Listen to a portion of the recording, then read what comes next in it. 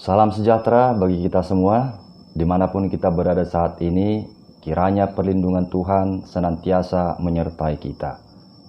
Firman Tuhan yang menjadi nas khotbah saat ini tertulis pada Efesus 2 ayat 1-10, demikian dikatakan, "Kamu dahulu sudah mati karena pelanggaran-pelanggaran dan dosa-dosamu. Kamu hidup di dalamnya, karena kamu mengikuti jalan dunia ini, karena kamu mentaati penguasa kerajaan angkasa, yaitu roh yang sekarang sedang bekerja di antara orang-orang durhaka. Sebenarnya dahulu kamu semua juga terhitung di antara mereka, ketika kami hidup di dalam hawa nafsu daging dan menuruti kehendak daging dan pikiran kami yang jahat. Pada dasarnya kami adalah orang-orang yang harus dimurkai, sama seperti mereka yang lain.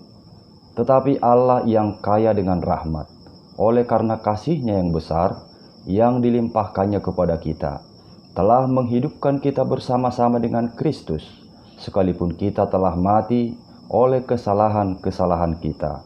Oleh kasih karunia, kamu diselamatkan. Dan di dalam Kristus Yesus, Ia telah membangkitkan kita juga, dan memberikan tempat bersama-sama dengan Dia di sorga, supaya pada masa yang akan datang, Ia menunjukkan kepada kita kekayaan kasih karunia-Nya yang melimpah-limpah sesuai dengan kebaikan-Nya terhadap kita dalam Kristus Yesus.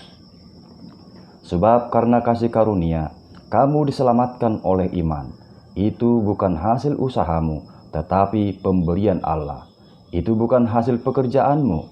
Jangan ada orang yang memegahkan diri. Karena kita ini buatan Allah, diciptakan dalam Kristus Yesus untuk melakukan pekerjaan baik yang dipersiapkan Allah sebelumnya. Ia mau supaya kita hidup di dalamnya. Demikian firman Tuhan. Saudara-saudara yang dikasihi Tuhan kita, Yesus Kristus, pernah ada seseorang menceritakan pengalamannya demikian. Ketika dia hendak pindah tugas, lalu ada seorang temannya memberikan kenang-kenangan berupa baju kaos sesuai dengan ukuran badannya ketika itu. Tapi sampai sekian tahun, dia belum pernah memakainya. Hingga suatu ketika, dia teringat akan baju kaos pemberian tersebut dan ingin memakainya. Namun apa mau dikata, baju kaos tersebut sudah sempit untuk dipakai karena timbangan badannya sudah banyak bertambah. Ujung-ujungnya baju kaos pemberian itu dia jadikan sebagai kain lap.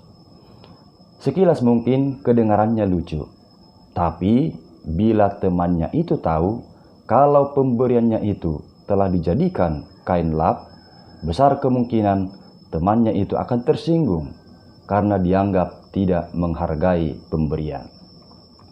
Saudaraku, bagaimana dengan keselamatan yang telah diberikan Tuhan bagi kita? Sudahkah kita menghargainya dengan melakukan perbuatan-perbuatan baik? Pertanyaan ini patut menjadi renungan bagi kita masing-masing. Sebab tidak sedikit orang meskipun dia sudah lama menjadi Kristen dan menyadari bahwa keselamatan yang dia terima adalah pemberian Tuhan, tetapi masih cenderung tergoda dan melakukan hawa nafsu kedagingannya.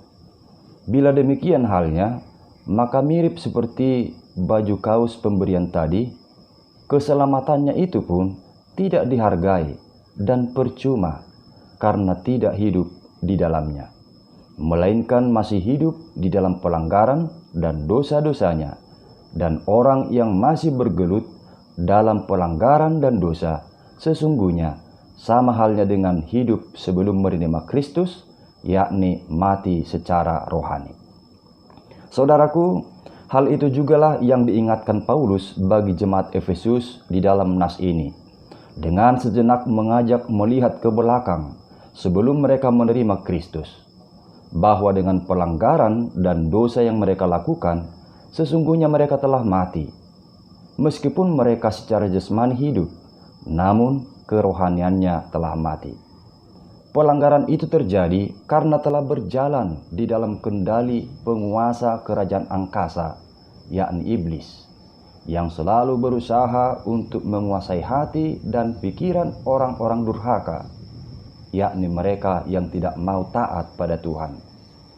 Paulus sendiri juga mengakui bahwa dirinya beserta orang-orang Kristen yang berlatar belakang Yahudi sebelumnya juga adalah tergolong seperti mereka yang tidak taat pada Tuhan dan seharusnya menerima murka dari Tuhan. Artinya, baik Kristen Yahudi maupun Kristen non-Yahudi, ketika hidupnya masih berkubang dalam pelanggaran dan dosa, mereka semua adalah sama-sama telah mati kerohaniannya. Tetapi oleh kasih Allah yang begitu besar, Allah telah menghidupkan kita di dalam Kristus, yakni melalui pengorbanan Yesus Kristus yang mati di kayu salib dan bangkit pada hari ketiga untuk menebus dosa-dosa kita. Jadi sekalipun kita telah mati karena dosa-dosa kita, namun karena kasih-Nya, Allah telah mengaruniakan keselamatan bagi kita, bahkan menyediakan tempat bagi kita di surga untuk hidup bersama-sama dengan Yesus. Itulah yang dilakukan Allah melalui penebusan Anak-Nya Yesus Kristus bagi kita yang percaya, yang tadinya mati telah dihidupkan kembali. Dan Allah bukan hanya menebus kita, bahkan Tuhan akan mengaruniakan berkat-berkat-Nya untuk kebaikan kita di masa sekarang dan di masa kelak. Sebagaimana yang Paulus katakan, supaya pada masa yang akan datang, Ia menunjukkan kepada kita kekayaan kasih karunia-Nya yang melimpah-limpah sesuai dengan kebaikan-Nya terhadap kita dalam Kristus Yesus. Inilah kabar sukacita bagi kita. Tuhan mengaruniakan keselamatan bagi kita.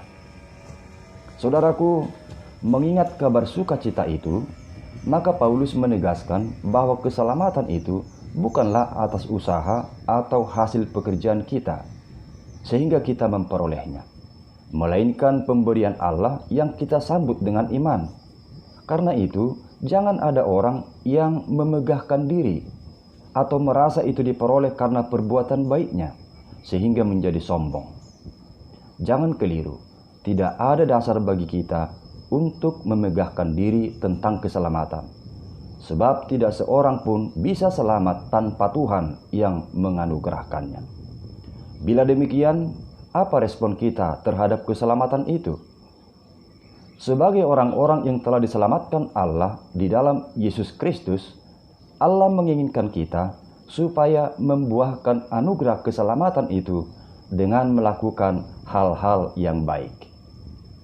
Itu artinya kita yang telah menerima anugerah keselamatan oleh iman, terpanggil untuk mensyukurinya dengan melakukan perbuatan-perbuatan baik yang sesuai kehendak-Nya.